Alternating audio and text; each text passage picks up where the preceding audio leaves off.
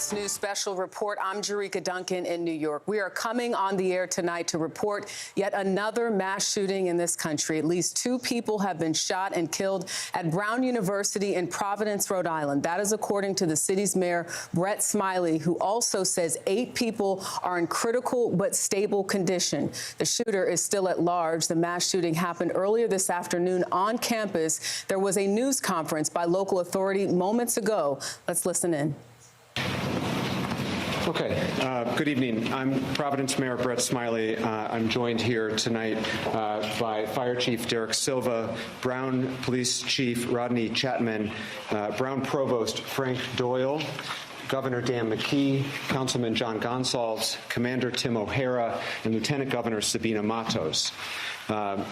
It is still early hours in the incident that occurred at Brown today, and so please understand that it's important for us to share what details we do have to the community, because there's a lot of fear and anxiety and unfortunately already some misinformation, but this is very early hours, and so please know that some of these details may be subject to change, that this investigation is ongoing. We will be as transparent as we can in the hours to come, and we'll provide regular updates, but we're going to share what we do know at this time. But please bear with us as we know sometimes these details shift as the investigation progresses. Sadly, today is a day that the city of Providence and the state of Rhode Island prayed would never come. We've heard about horrific acts of gun violence and active shooter situations in other places, but not here. But this afternoon at 4 o'clock in the afternoon, we received a call. 4:05 was when the initial call came in to Brown University of a report of an active shooter. I can confirm that there are 2 individuals who have died this afternoon, and there are another 8 in critical status, though stable, at Rhode Island Hospital. Those are the only injuries or casualties that we know at this time. But as I mentioned, and it's important to remind folks, these numbers may change. We are still in early hours, but at this time there are 2 deceased and 8 who are critical but stable at Rhode Island Hospital. Additionally, we do not have a shooter in custody at this time. There is a shelter in place in effect for the greater Brown University area. If you live on or near Brown's campus, we are encouraging you to stay home and stay inside. If you're not home at this time, we would encourage you not to return to your homes until the shelter in place has been lifted.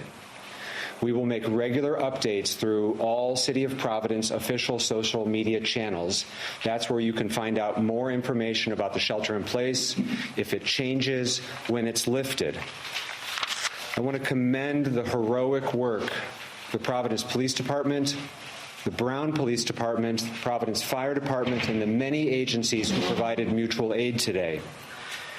Brown Police responded first and then were quickly assisted by Providence Police, who fearlessly and courageously entered and worked through the building, and we'll hear from them in a minute. Providence Fire responded quickly as well and transported several of the victims. The fire department was assisted. All right, we're joined now by CBS News reporter Logan Hall. He is on the scene there in Providence. We just heard from the mayor saying that there's a lot of fear and anxiety. Logan, what are you hearing in terms of the students and just that community right now? Yeah, that's right. Good evening. We got here about an hour ago, and this campus is eerily quiet right now. Something that's very clear in driving through the streets of this campus is that students are taking this shelter-in-place order very seriously. They are listening to campus police and Providence police when they tell them that this shooter is still at large and that they need to remain sheltered in place. So as we've been driving around, we haven't really seen any students. We haven't really seen any signs of life whatsoever, as everybody here on this campus is locked down at the moment. I heard some other interviews of students just being surprised who were either in the building or around the building. How are you all keeping safe at this time, knowing, as you just said, that street or those areas are very quiet, eerily quiet? Yeah, I think something that was shocking to hear from the Brown Provost just moments ago in that press conference was that this happened inside of an engineering building where final exams were taking place at the time of the shooting. So for these students, this is something that was incredibly shocking. It was something that they were not expecting, especially when they're in the middle of final exam studies, prepping for tests, and going about what is supposed to be a very normal time of year here at Brown University. Yeah, very fluid situation. Again, as the mayor stated, Logan Hall, thank you so much for checking in with us. I want to turn now to CBS News security contributor Sam Vinogradov. Sam, we've been here before. What can you tell us just about what happens now with this investigation? It sounds like there's still a lot to learn, and it's very early. The mayor asking for patience as they try to figure things out. Well, we've just been here too many times before, and as a parent, this is just horrific to begin to wrap our heads around.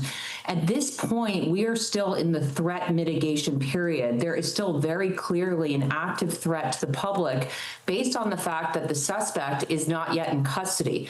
What that means is that at this moment, various law enforcement partners at the campus, city, state, and federal level, we know the FBI is also involved, are working to identify who the suspect or suspects are. That will likely include eyewitness interviews with individuals who may have seen the suspect, combing video and aerial footage of the individual, both within the building. Ostensibly, there are video cameras there, and when this individual fled, and from there trying to make an identification. We may at some point see requests for the public to assist with that.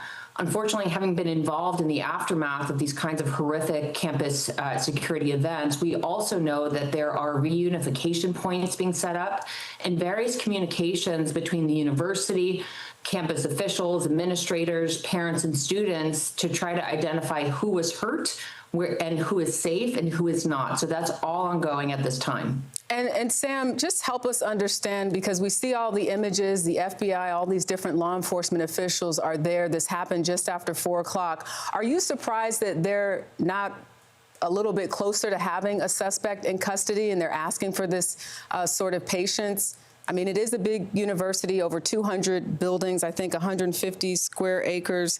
But just give us a sense of how quickly sometimes these things come together and how this could be something that we're talking about even tomorrow in terms of maybe not having a suspect in custody.